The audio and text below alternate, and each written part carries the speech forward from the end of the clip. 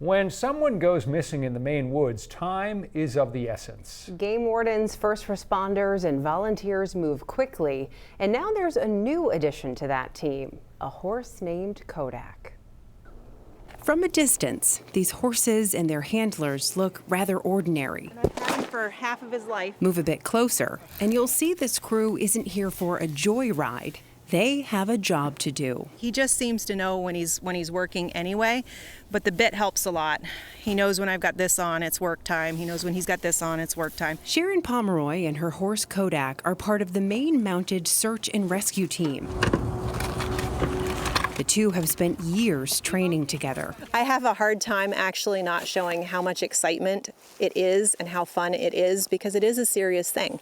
Like, we are out there looking for people who are lost, and it's their worst day, right? But for me, the training experience has been phenomenally exciting and fun. He's been training in air scent since 2016. When we first met Kodak in 2021, he was working towards earning his air scent detection certification. I remember it once being described as the most unfair game of hide and seek ever. And I thought that was a pretty good description. What's interesting about the horses is that they, from the moment you are around them, are telling you things. They might see a change of pace, faster or slower. You might see that their head is higher or head is lower. They'll sniff, they'll snort, they'll blow. In combination with a bunch of other signs, they might poop. Back when he and I started in 2016, that was the most eye-opening part of it for me, was, oh, he's not actually doing anything differently. Now I know how to hear him.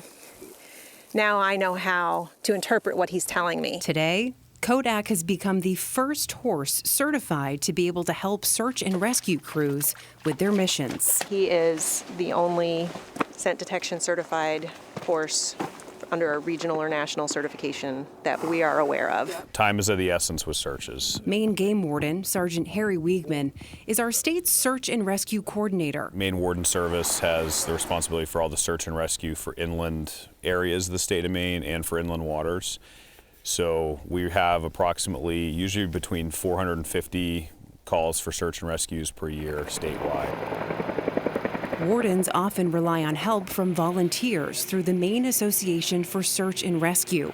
He says Sharon and Kodak are welcomed additions to their team. In some of these searches where there's linear features like trails or roads that extend further away from where the person was last seen, the horses can give us a better range to cover longer areas of that, especially in some of these more remote areas where we have trails going into the woods that could potentially be super helpful to cover more of that ground that would take much longer with canine teams. We decided to put Kodak's air scent detection skills to the test and hid 207 photographer Kirk Craddy. My job is to be silent.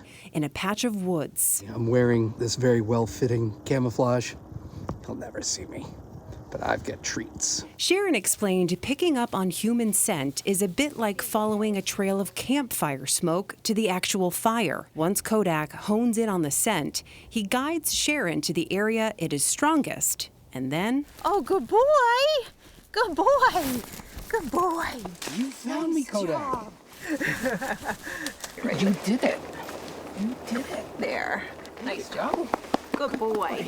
To watch Kodak just latch onto that scent and just follow it through the woods, around trees, over a log, you just start thinking, wow, you know what? This is legit. That's Matt Lint, the chair for the Maine Association for Search and Rescue Certification Standards Committee.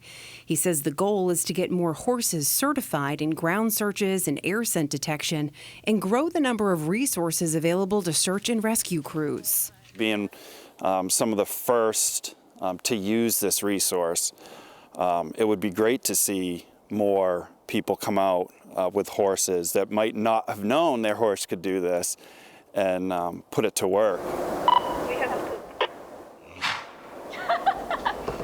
Rachel Waugh and her horse Ricochet are on the path to becoming the next team certified to help find missing people in the Maine woods. It took me about 2 years to get my ground certification because I went to the monthly trainings and I just kind of chipped things off a little at a time.